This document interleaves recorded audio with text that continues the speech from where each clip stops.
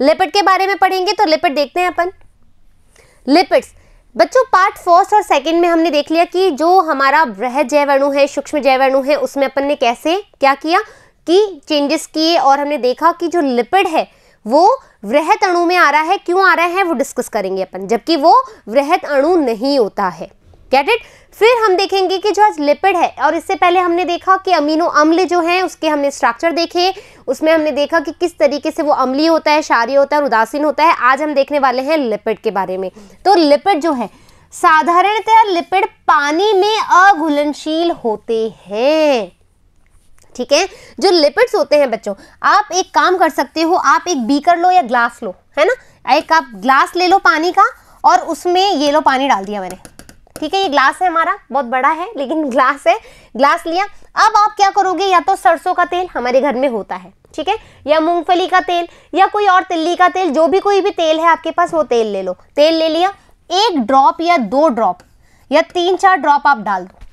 डाल दिया आपने, तो आप देखोगे तो जैसे ही आप ऑयल की ड्रॉप डालते हो तो ड्रॉप ऐसे जैसे खट्टी हो जाती है। ये क्या है, हमारी तेल की बूंदें हैं, है ना, ये हमारी तेल की बूंदें हैं, यानी ऑयल ड्रॉप्स है। अब ये पानी में चूंकि घुलनशील नहीं है, फिर ये थोड़ी देर बाद आप देखोगे, थोड़ी देर बाद आप में देखोगे कि ये जो पानी है इसके ऊपर एक बड़ा सा क्लस्टर बन गया, पानी के ऊपर एक लेयर बन गई, वो तेलीय लेयर होती है। ठीक है, वो ऑयली लेयर होती है, जो ऑयल हमारी यहाँ पर क्या हुई, ऐसे ऐसे जमा हो गई। तो यानी कि ये जो हमने एक्सपेरिमेंट किया है, इससे ये सिद्ध होता है कि जो लिपिड है वो पानी में अघुलनशील होते हैं। क्यों? क्योंकि आपको ये ड्रॉपलेट, जो बिग ड्रॉपलेट बन गई है, वो दिखाई दे रही है कि नहीं दिखाई दे रही है? दे रही है। ठीक है, तो ये साधारण है, वसा अम्ल हो सकते हैं। ये कैसे होते हैं? साधारण है, जो फैटी एसिड्स होते हैं वो हो सकते हैं। हाँ है ना, फाइन। वसा अम्ल में एक कार्बोक्सिलिक समूह होता है। जो वसा अम्ल है उसमें एक कार्बोक्सिलिक समूह होता है और वो R समूह से जुड़ा हुआ होता है, जैसे कि ये ग्लिसरॉल। क्या है ये? ग्लिसरॉल। यहाँ पर देखो, ये आप देखोगे तो हम इसको ऐसे करेंगे, CH2OH, है ना, CH2OH, CH2OH, है ना। तो ये क्या है? हमारा एक ग्लिसरॉल का स्ट्रक्चर है जो कि लिपिड होता है। फाइन। फिर हम देखेंगे संतृप्त और असंतृप्त वसा, यानी कि हम इसको बोलते हैं सैचुरेटेड, सैचुरेटेड, और इसको बोलते हैं हम अनसैचुरेटेड, है ना। सैचुरेटेड और अनसैचुरेटेड लिपिड क्या होगा? ये R समूह मैथिल, यानी कि जो R समूह है उसमें मैथिल लग सकता है, CH3 लग सकता है, एथिल लग सकता है, यानी कि C2H5 लग सकता है, हाँ है ना। और उच्च संख्या वाले समूह भी लग सकते हैं, यानी कि CH2, CH2, CH2, CH2, CH2 और CH3, है ना। ऐसे करके उच्च संख्या वाले CH2 समूह भी लग सकते हैं, यानी कि एक कार्बन से 19 कार्बन तक ये अटैच हो सकते हैं। फाइन। उदाहरणार्थ, पाल्मिटिक अम्ल में कार्बोक्सिलिक कार्बन सहित 16 कार्बन मिलते हैं। आपके पास ये डायग्राम है, देखो यहाँ पर। अपना एक बार कलर चेंज कर लूं बच्चों, ये देखो, ये जो है ना, ये जो है वो है हमारा एक, मैं बता रही हूँ कितने कार्बन है, 1 2 3 4 5 6 7 8 9, यहाँ पर तो सिर्फ 9 कार्बन है। ठीक है, अब क्या होगा, इसने जो सूत्र दिया है वो किसका है? पाल्मिटिक अम्ल का। तो पाल्मिटिक अम्ल का ये देखो यहाँ पर है, मैं बनाती हूँ, एक कलर चेंज कर लूँ, 1 2 3 4 5 6 7 8 9 10 11 12 13 14 15। तो ये जो 15 कार्बन है बच्चों, है ना, ये जो 15 कार्बन है, इसके साथ में एक हम बोल रहे हैं COOH समूह भी। ठीक है, यानी कि ये जो हमारा 16वां कार्बन है, यानी कि COOH, है ना, कार्बोक्सिलिक समूह के सहित। तो अब 1 2 3 4 5 6 7 8 9 10 11 12 13 14 15 और ये 16 कार्बन की एक चेन बन गई, है ना। तो ये जो 16 कार्बन है, तो यानी कि CH3 CH2 14, यानी कि जो CH2 है वो 14 बार, जो हमारा ये 14 बार लगेगा, ठीक है, यहां से देख लो 1 2 3 4 5 6 7 8 9 10 11 12 13 14, तो यहां तक अपन लगा लो CH2। यहां पर अपन ने CH3 लगा रहा है तो यहां पर अपना ये CH3 लगा लो, है ना, CH3 CH2 14 बार और ये COH, यानी कि अपन देखो सूत्र यही बना लेते हैं पूरा। हमने लगाया ये OH, ये लगाया हमने डबल बॉन्ड O, यहां पर एक कार्बन, ये लो CH2 CH2 CH2 CH2 CH2 CH2 CH2 CH2 CH2 CH2 CH2, कितने हो गए 1 2 3 4 5 6 7 8 9 10 11 12 13 और ये 14, है ना, ये CH2 हो गए हमारे। ये देखो ये हो गया CHOH CH3, ठीक है। अब ये CH2 हो गए 14 बार और इसके बाद आप लगा दो CH3। तो ये जो हमारा स्ट्रक्चर बना ये किसका बन गया, हमारा पाल्मिटिक अम्ल का बन गया। आया समझ में कि कैसे होता है? ये मैं आपको इसलिए इलैबोरेट करना सिखाती हूँ ताकि बच्चे डरे नहीं, अरे ये 14 क्या है, अरे भैया ये 14 क्या है, ऐसा नहीं करना है। अपन को इजी चीज करना है। हाँ CH3 है, ये लो लगा दिया CH3। हाँ COH है तो ये लगा दिया COH, ये CH2। अब बच्चे इसको थोड़ा फोल्ड कर लेना, यहां पर CH3 लगा देना, मैं ही लगा देती हूँ, चलो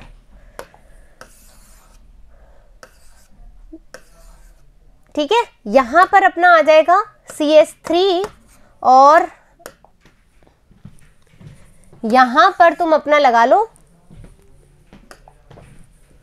COOH, ये लो बन गया पाल्मिटिक अम्ल का सूत्र, स्ट्रक्चर बन गया। अब ये क्या कह रहा है बच्चों, तो पाल्मिटिक अम्ल में कार्बोक्सिलिक अम्ल सहित 16 कार्बन मिलते हैं, 16 कार्बन है। एरिकिडोनिक अम्ल जो है उसमें 20 कार्बन मिलते हैं। ये याद कर लेना, इंपॉर्टेंट है ये उदाहरण ऐसे ही नहीं है, इंपॉर्टेंट है। नीट में पूछे जाते हैं कि एरिकिडोनिक अम्ल जो होता है उसमें कितने कार्बन पाए जाते हैं, 20 कार्बन, किसके सहित, कार्बोक्सिलिक समूह के सहित, ठीक है।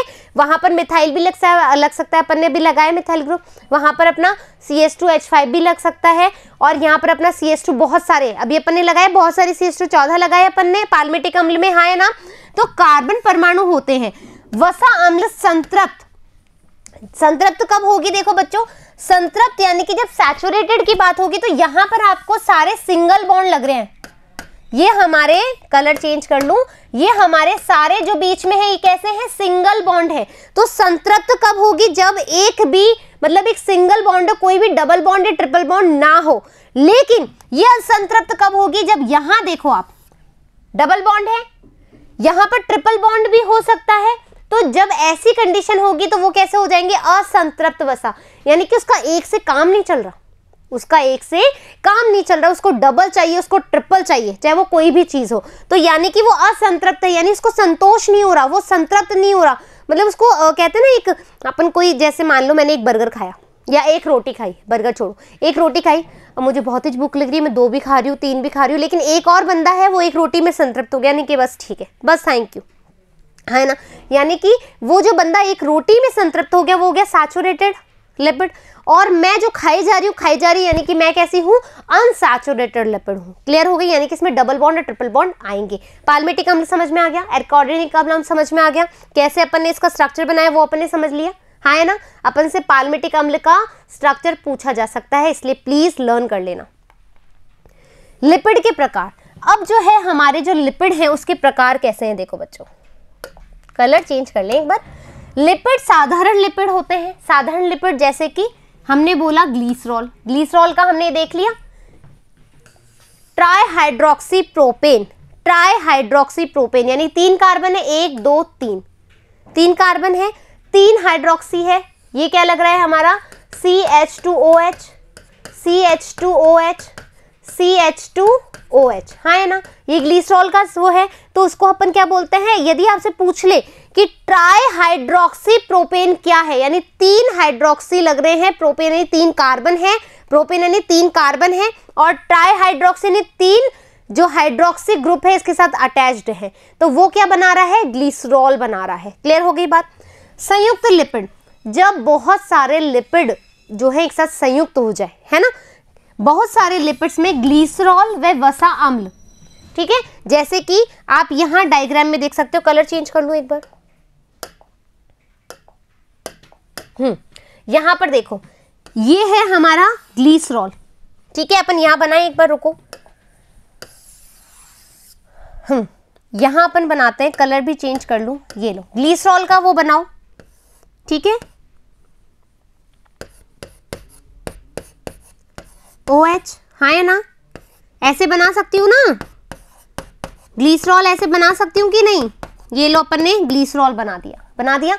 अब ये क्या बोल रहा है, 3 फैटी एसिड्स लगा दो, 3 फैटी एसिड लगा दो, ये लो लगा दो, ठीक है। हमने ये जोड़ दिए। अभी मैं जोड़ का निशान लगा रही हूँ, क्यों, क्योंकि अभी अपन को एस्टर बॉन्ड भी बनाना है, बनाएंगे अभी अपन। ये लगा दिया हमने OH OC, है ना, और यहाँ पर लगा दो CH2, यहाँ पर CH2 और यहाँ पर आप CH3 कर दो, ठीक है। सेम ऐसे ही HOOC CH2 और CH3, फिर वापस से HOOC CH2 और CH3, ये हमने बना दिया।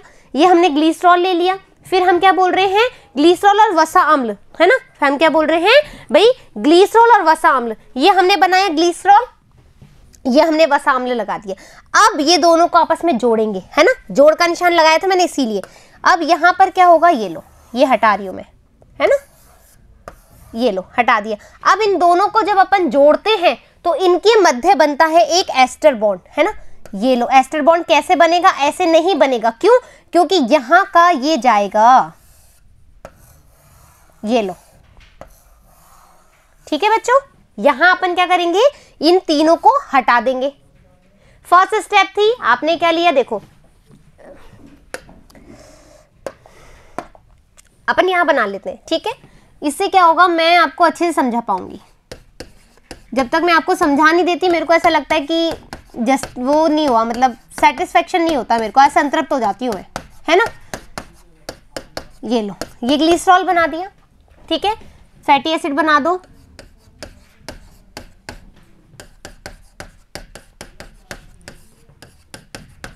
ठीक है। सेम यहां पर भी ऐसे कर दो,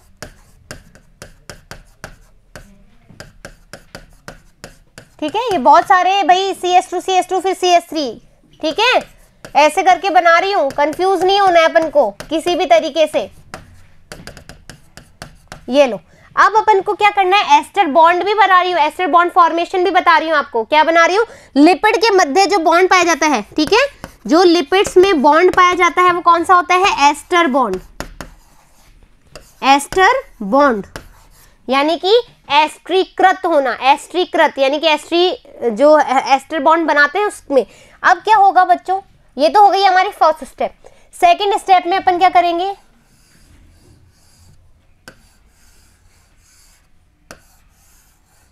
फाइन, तो ये क्या हो जाएंगे, 3H2O रिलीज हो गए। क्या हो गए, 3H2O रिलीज हो गया। तो 3H2O रिलीज हो गया तो हमारे पास क्या मिला, ये देखो क्या मिला अपने पास, COH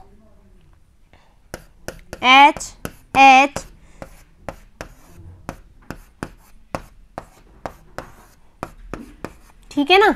यहां पर अपने पास गड़बड़ कर दी क्या,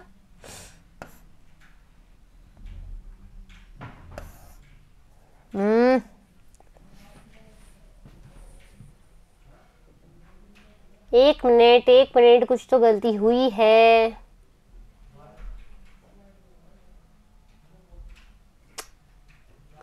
ये H2 इधर से चला गया, एक O कहाँ जाएगा,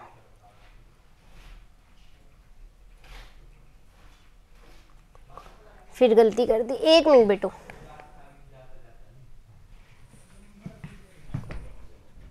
हाँ सही तो है, मैं भी कंफ्यूज हो रही थी, ठीक है। तो अपन ने यहाँ पर क्या किया बच्चों, यहाँ पर अपन ने जैसे ही डिलीट किया तो अपने पास क्या आ गया, ठीक है, अपने पास आ गया ये।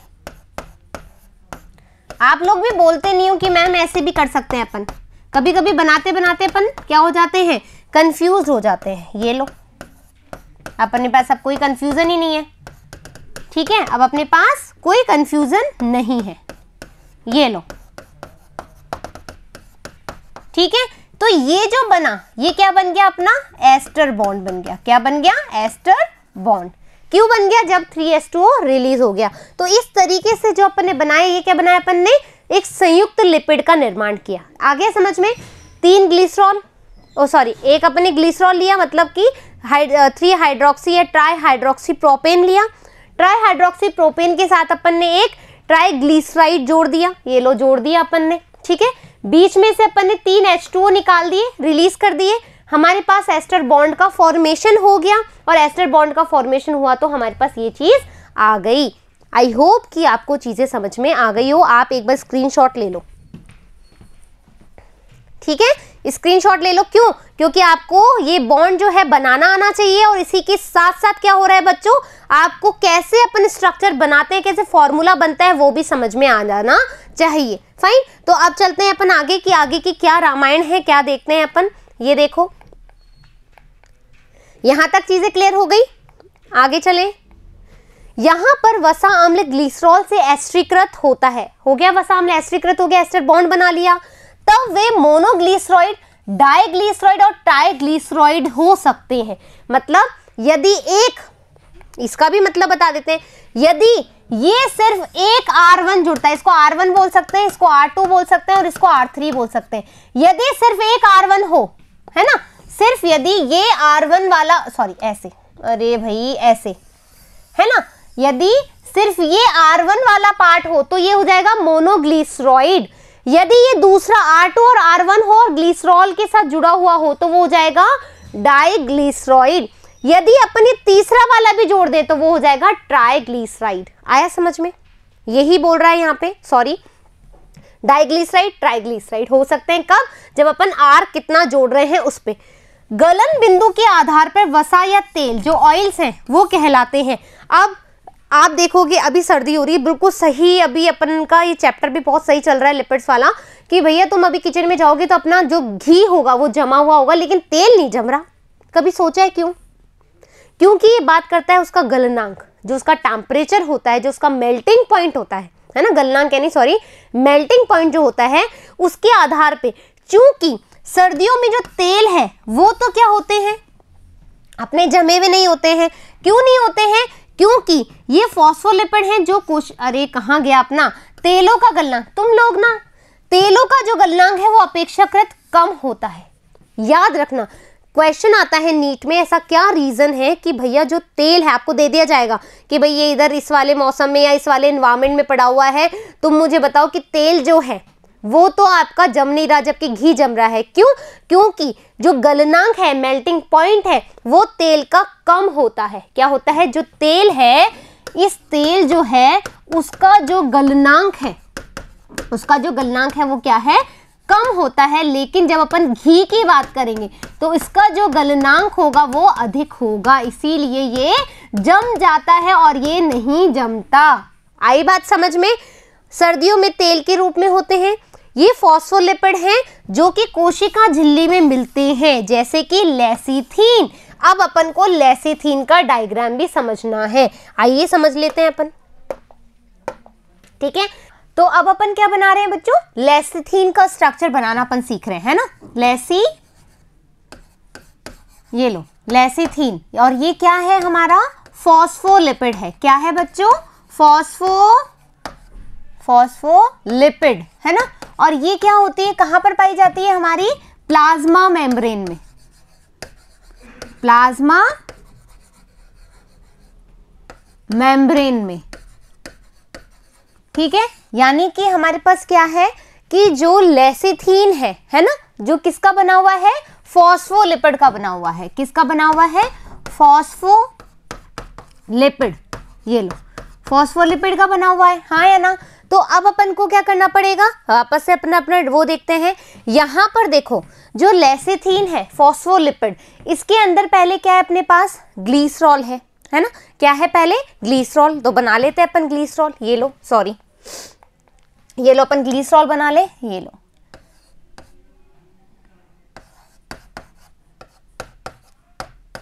है ना, ग्लिसरॉल बना ले। ट्राईहाइड्रोक्सी प्रोपेन, क्या है ये? ट्राईहाइड्रोक्सी प्रोपेन है। ये लो, हमने क्या बना लिया पहले, ग्लिसरॉल, लिख लो यहाँ पे, ये लो ग्लिसरॉल, है ना, ग्लिसरॉल बना लिया।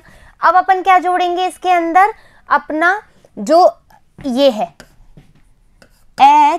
HOOC CH210 और CH3, है ना, फिर इधर भी जोड़ दो HOOC CH210 और CH3, दो में अपन ने जोड़ दिया।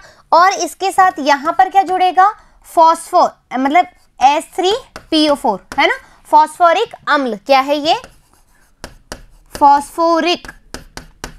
फॉस्फोरिक अम्ल है ना, H3PO4। और इसी के साथ क्या जोड़ेंगे अपन, कॉलिन, क्या जोड़ेंगे, कॉलिन,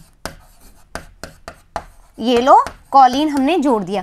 तो ये जो पूरी संरचना है बच्चों, ये किसकी संरचना है, लेसीथीन की। किसकी संरचना है, लेसीथीन। पहले आप इसका स्क्रीनशॉट ले लो, क्योंकि अब मैं आपको सारी चीजें ओपन करके बताऊंगी कि किस तरीके से जो है ना। अभी यहां से क्या निकलेगा, निर्जलीकरण H2O निकलेगा, जो अभी अपन करेंगे। तो एक जो लेसीथीन होता है उसमें क्या क्या होता है, ग्लिसरॉल होता है हमारा, है ना, ये हमारी एक हमारी वसा की एक चेन होती है। चेन के साथ साथ एक फॉस्फोरिक अम्ल जुड़ा होता है और एक हमारे पास कॉलिन जुड़ा होता है। अभी मैंने सिर्फ आपको ये बताया, अब अपन ओपन करना सीखते हैं इसको, ठीक है। तो अपन ने देखो पीछे क्या किया, अपन ने यहां पर, है ना, अब अपन क्या करेंगे, पहले यहां देख लो बच्चों, ये अपन रिलीज कर देंगे, है ना, 2H2O रिलीज कर देंगे। तो रिलीज कर दें अपन एक बार, ये लो रिलीज कर दिया।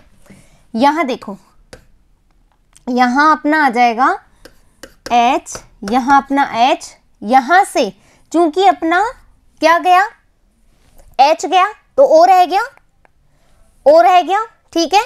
यहां पर अपन एक बॉन्ड बनाएंगे जिसको हम बोलते हैं एस्टर बॉन्ड, है ना, एस्टर बॉन्ड बनेगा।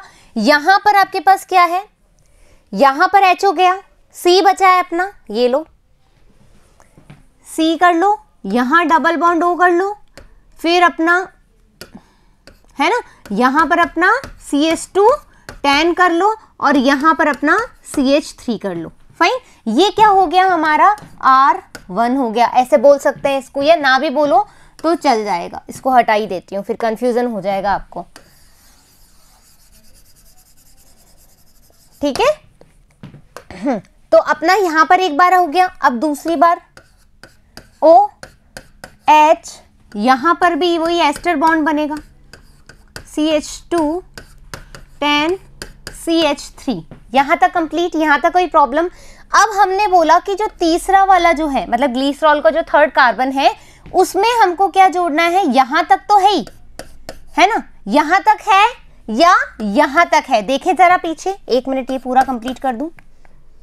यहां तक है, ये हमने अभी कंप्लीट कर लिया, हाँ है ना, ये अभी कंप्लीट कर लिया कि कैसे H2 निकाला और कैसे इसमें एस्टर बॉन्ड बना। अब हमको जोड़ना है इस वाले कार्बन के साथ, जो थर्ड नंबर का कार्बन है उसके साथ फॉस्फोरिक अम्ल जोड़ना है। तो आइए जोड़ते हैं अपन फॉस्फोरिक अम्ल। चूंकि अपन फॉस्फोरिक अम्ल को कैसे लिख सकते हैं, P, कितने 4 है, कितने O है, 4, 1 2 3 और ये 4, इसके साथ 3 H है, H3PO4, है ना। H3PO4 को ऐसे लिखेंगे भाई, जब अपन इसको ओपन करेंगे तो ओपन करके ऐसे लिख सकते हैं POH OH OH और डबल बॉन्ड O, हो गई, इसकी बैलेंसी भी कंप्लीट हो गई। अब यहां पर अपन को ये वाला स्ट्रक्चर जोड़ना है, ये लो जोड़ो, है ना। यहां पर अपना HOPOH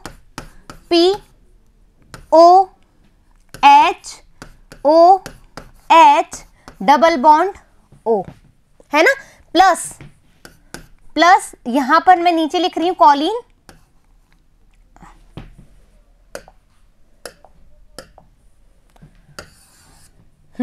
यहां पर अपना, सॉरी, ये है अपना कॉलिन, ठीक है। यहां पर अपना कॉलिन जुड़ेगा, वो भी अभी देख लेंगे अपन। तो यहां से जब ये निकलेगा तो वापस से अपना H2O रिलीज हो जाएगा। H2O जैसे ही रिलीज होगा तो अपने पास क्या आ गया, CO, C double bond O, CH210 CH3, यहां पर अपना H, यहाँ पर अपना H, यहाँ पर अपना C, यहाँ पर अपना H, O, C double bond O, CH2 10 CH3। फिर यहाँ पर जो अपन ने अब क्या जोड़ा है, फॉस्फोरिक अम्ल जोड़ा है कि नहीं जोड़ा है, फॉस्फोरिक अम्ल जोड़ा है। तो ये अपने ये ऐसे ही था, आहा सॉरी, यहाँ पर से अपना ये गया, ठीक है। तो ये O तक तो ऐसे कैसे रहेगा, ये O तक तो, ये वाले O तक तो ऐसे रहेगा। इसके बाद क्या आ जाएगा यहाँ पे, यहाँ पर क्या आ जाएगा P, हाँ या ना, P आया। P के साथ अपने ऊपर क्या लग रहा है, OH, लगा दो OH। नीचे अपने पास डबल बॉन्ड O लग रहा है, इसके साथ में अपने पास OH लग रहा है, लग गया OH। यहाँ तक कंप्लीट। अब अपन ये क्या करेंगे, यहाँ पर कॉलिन जोड़ेंगे। ये लो हमने कॉलिन ऐड कर दिया। यहाँ तक कोई दिक्कत है क्या बच्चों, हमने फॉस्फोरिक अम्ल जोड़ा है, यहाँ तक कोई दिक्कत है क्या। कॉलिन जोड़ना अभी अपन देखेंगे नेक्स्ट स्लाइड में। यहाँ पर स्क्रीनशॉट ले लो एक बार, एक एक चीज अपन कैसे निकाल रहे हैं।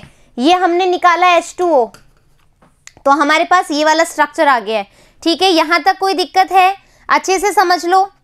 अब अपन क्या जोड़ेंगे, इसमें कॉलिन जोड़ेंगे। तो चलो एक और स्लाइड ले लें अपन, ये ले लिया। अब अपने पास क्या स्ट्रक्चर आ गया, पहले स्ट्रक्चर बना लो, ठीक है। थोड़ा ज़्यादा ही ऊपर हो गया, कट जाएगा यहाँ पर, इतना ऊपर, थोड़ा नीचे बना लेते हैं, ठीक है।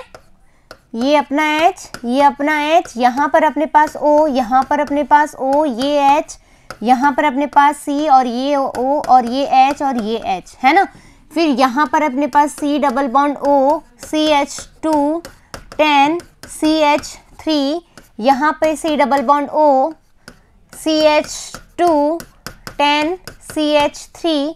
फिर यहाँ पर अपने पास P OH double bond O, यहाँ पर अपने पास OH प्लस। अब कॉलिन का स्ट्रक्चर देखो, यहाँ पे जो कॉलिन होता है बच्चों, है ना, जो कॉलिन होता है इसका स्ट्रक्चर होता है अपने पास, एक minute, CH3 CH3 CH3 CH2 CH3, ये अपना जो कॉलिन का स्ट्रक्चर है, ठीक है।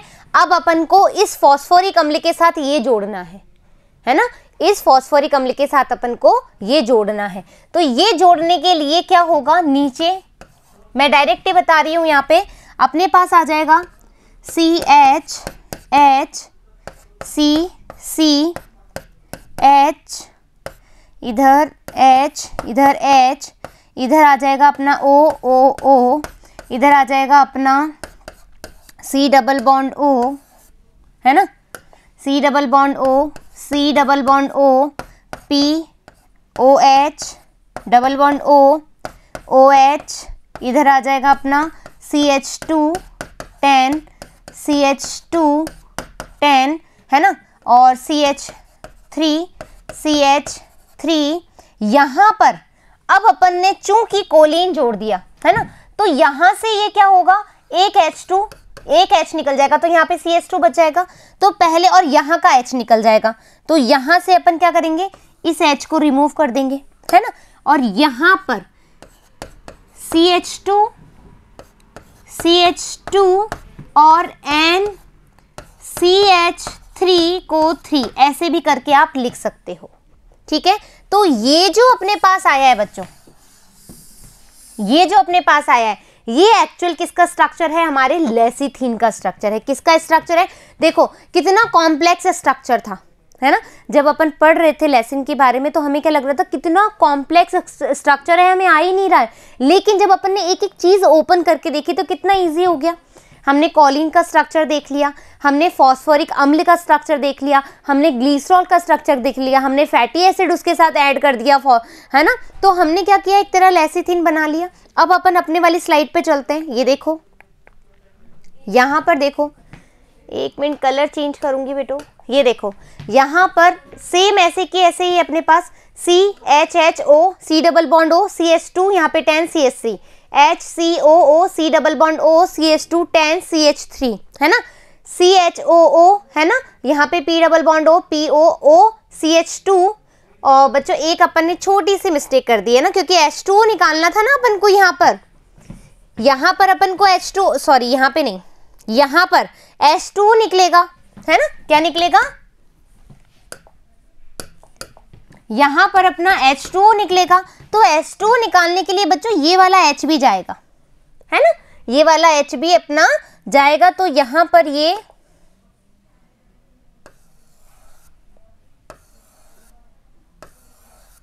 ठीक है, ये वाला एक्चुअल अपना कोलिन का स्ट्रक्चर हो गया। अब अपन वापस से इसमें चलते हैं। ठीक है, तो यहां पर अपन ने क्या किया, ये देखो COO सेम टू सेम अपना वही स्ट्रक्चर है, OOO CH2 CH2N और CH3 ये लिखा है अपन ने कोलिन। ठीक है, आया समझ में। अब क्या होगा, ये पोलर और नॉन पोलर की क्या बात है, आओ वो भी अपन बताएंगे।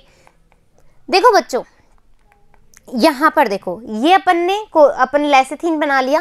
अब क्या होता है जब अपन लेसिथीन बनाते हैं बच्चों, तो ये जो दो कलर चेंज कर रही हूँ, है ना, रेड कलर ही ले रही हूँ क्योंकि अपन को चाहिए अभी। ये जो रेड कलर वाला हिस्सा है ना, ये वाला है ना, ये क्या हो गई इसकी एक ये वाली लेग, है ना, 2 लेग्स हो गई, यानी कि ये वाला स्ट्रक्चर, ये वाला स्ट्रक्चर जो इसकी टेल है, किसकी, फॉस्फोलिपिड की। फॉस्फोलिपिड लेयर होती है ना, उसमें क्या होता है, 2 टेल होती है, ये इसका टेल वाला पार्ट हो गया, है ना। अब हेड जो है, ये जो है इसका ये वाला जो पार्ट है ना, ये जो वाला पार्ट है वो हमारा है ये वाला। ठीक है, ये वाला पार्ट है। तो ये क्या बन गया, ये हो गया हेड।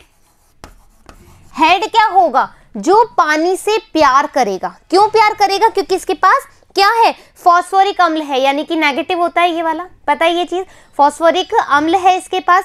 तो ये क्या है, लवर है किसका, वाटर का, वाटर को प्यार करने वाला। जबकि जो टेल है ना, जबकि जो टेल है वो कैसी है, वो वाटर को पसंद नहीं करती है। यही रीजन है ना, यही रीजन है। मैं आपको इस वाले में बता देती हूँ इधर की तरफ, यही रीजन है कि जो फॉस्फोलिपिड लेयर होती है वो हमेशा इस तरीके से अरेंज होती है। किस तरीके से, इस तरीके से, हेड पार्ट एक तरफ, टेल पार्ट एक तरफ। क्यों, क्योंकि यदि जो जल में पारगम्य होगी ये झिल्ली, तो यहाँ से हेड होगा तो ये इजीली पारगम्य हो जाएगी, यहाँ से भी पारगम्य हो जाएगी। क्योंकि यदि टेल ऊपर होती तो क्या वो जल विरागी हो जाती है ना, तो वो जल के मॉलिक्यूल, यदि जो जल के द्वारा जो मॉलिक्यूल अंदर आ रहे हैं वो आ ही नहीं पाते। क्लियर हो गई ये बात, हाँ या ना। हाइड्रोफोबिक और हाइड्रोफिलिक वर्ड सुना है, वही चीज मैंने आपको बताई है। ठीक है, तो यही रीजन है कि जब अपन ने वो पृथक्करण किया था, तो ये जो होती है पूरी एक इस तरीके से संरचना बना लेती है लिपिड लेयर, है ना। तो ये क्या हो जाती है, वृहत अणु की तरह कार्य करने लग जाती है, और ये उस छलनी के ऊपर ही रह जाती है, उस एसिड सॉल्युबल में नहीं आती है।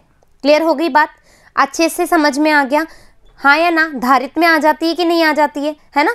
तो इस तरीके से अपन ने चीजें समझ ली, बिल्कुल कोई प्रॉब्लम। अब है हमारा व्युत्पन्न लिपिड, है ना। व्युत्पन्न लिपिड कुछ उत्तक, विशेष तौर पर तंत्रिका उत्तक में अधिक जटिल संरचना के लिपिड पाए जाते हैं। कि जब अपन तंत्रिका उत्तक की बात करें तो ये बहुत ज्यादा कॉम्प्लेक्स स्ट्रक्चर पाया जाता है। इनमें स्टीरॉइड, स्टेरॉल्स, कैरोटिनॉइड और कोलेस्ट्रॉल पाए जाते हैं। क्या पाए जाते हैं, कोलेस्ट्रॉल पाया जाता है। और अपन को कोलेस्ट्रॉल की ही संरचना पढ़नी है, तो आओ अपन पढ़ ले। मैं ये बच्चों हटा रही हूँ, ठीक है, इसका भी कोई मतलब भी नहीं है यहाँ पर, और समझ में जो आना था वो चीज मैंने आपको समझाई दी। हम देखेंगे कोलेस्ट्रॉल का स्ट्रक्चर। तो बच्चों क्या होता है, मैं एक घर बनाऊंगी, है ना, एक घर कंस्ट्रक्ट करने वाले हैं जिसमें हम पूरी क्लास, जितने भी लोग हैं वो अच्छे से रहेंगे और अच्छे से पढ़ाई करेंगे। क्लासरूम बना दूं मैं अच्छा वाला, है ना, और ये क्लासरूम क्या हो जाएगा, हमारा कोलेस्ट्रॉल का स्ट्रक्चर। चलो स्टार्ट करते हैं ना। फर्स्ट वाले माले पे हम बनाएंगे 2 बड़े कमरे। ये लो, एक कमरा ये, एक कमरा ये, ठीक है। 2 कमरे बना दिए हमने फर्स्ट फ्लोर पे। अब सेकंड फ्लोर पे हम बनाएंगे, एक कमरा बना देंगे बड़ा, एक बड़ा कमरा बना दिया, और एक छोटा हॉल बना देंगे।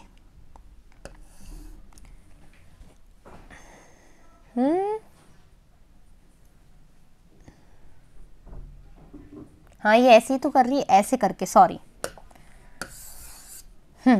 तो एक छोटा कमरा और बना दो, ये लो, ये हमने एक छोटा कमरा बना दिया, एक बड़ा कमरा बन गया और एक छोटा कमरा बन गया। अब इसके ऊपर अपने पास क्या आ जाएगी, टेरेस आ जाएगी। ये लो आ गई टेरेस। यहाँ पर अपने पास 2 एंटीना लगा दिया हमने, ये लो 2 एंटीना। एक एंटीना अपन ने यहाँ लगा दिया, ठीक है, एंटीना लगा दिया ना भाई। जो रूम है, यदि मैं आपको लाइव वीडियो पढ़ाऊंगी या मैं आपको वीडियो क्लास पढ़ा रही हूँ तो आपको नेटवर्क चाहिए भाई। आप क्लास में हो, इस घर के अंदर बैठे हो, आप इस क्लासरूम में बैठे हो, तो भाई इस कमरे में भी आपको नेटवर्क चाहिए। ये लगा दिया नेटवर्क, है ना।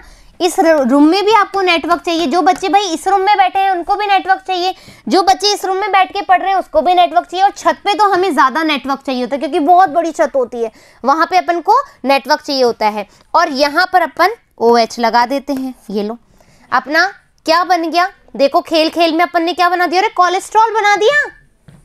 ये कमरा बनाते बनाते तुमने कोलेस्ट्रॉल का स्ट्रक्चर बना दिया। 2 कमरे पहले अपन ने सेटल, यहाँ पे लगा दिया एंटीना, फिर एक कमरा और एक हॉल बनाया, फिर एंटीना लगा दिया नेटवर्क के लिए, फिर छत बनाई तो बहुत सारे एंटीना लगा दिए और हमारा कोलेस्ट्रॉल का स्ट्रक्चर बन गया। आई बात समझ में कि हमने कोलेस्ट्रॉल के स्ट्रक्चर को जो बनाया, देखो आपने ही बनाया, मैंने तो बनाया नहीं है, मैंने तो कमरे बनाए थे। आपने बोला अरे मैम कमरे नहीं है, तो कोलेस्ट्रॉल का स्ट्रक्चर बन गया। जी हाँ, ये तो कोलेस्ट्रॉल का स्ट्रक्चर बन गया। इजी है ना, आया समझ में। नेक्स्ट चलते हैं अपन लिपिड। जो बच्चों अब ये इंग्लिश में हमने जो चीजें लिखी है, डरने की बात नहीं है, ये अपन ने हिंदी में पढ़ लिया है, ठीक है, ये हमने हिंदी में पढ़ लिया है और मैं आपको एलोब्रेट भी कर रही हूँ, समझा रही हूँ। लिपिड जो है वो फैटी एसिड, हाँ फैटी एसिड यानी कि वसा और ग्लीसाइड में होते हैं, डिवाइड मतलब बटे हुए होते हैं। फिर सैचुरेटेड यानी कि संतृप्त और ये हो गया हमारा असंतृप्त, है ना, असंतृप्त हो गया।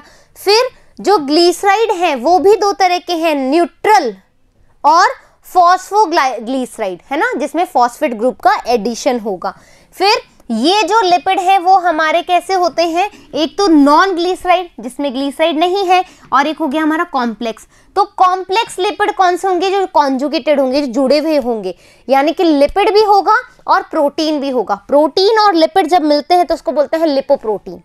जब प्रोटीन और लिपिड, जब वसा और प्रोटीन आपस में ज्वाइंट हो रही है, लाइक ये प्रोटीन है, ये हमारे पास लिपिड है या वसा है, ये ज्वाइंट हो रही है, तो ये टोटली मिलकर के क्या बना रही है, अपनी लिपोप्रोटीन। और लिपोप्रोटीन कैसा है, एक कॉम्प्लेक्स लिपिड है ना, एक जटिल वसा है। कॉम्प्लेक्स लिपिड यानी कि जटिल वसा है ना, जटिल वसा है। आया समझ में।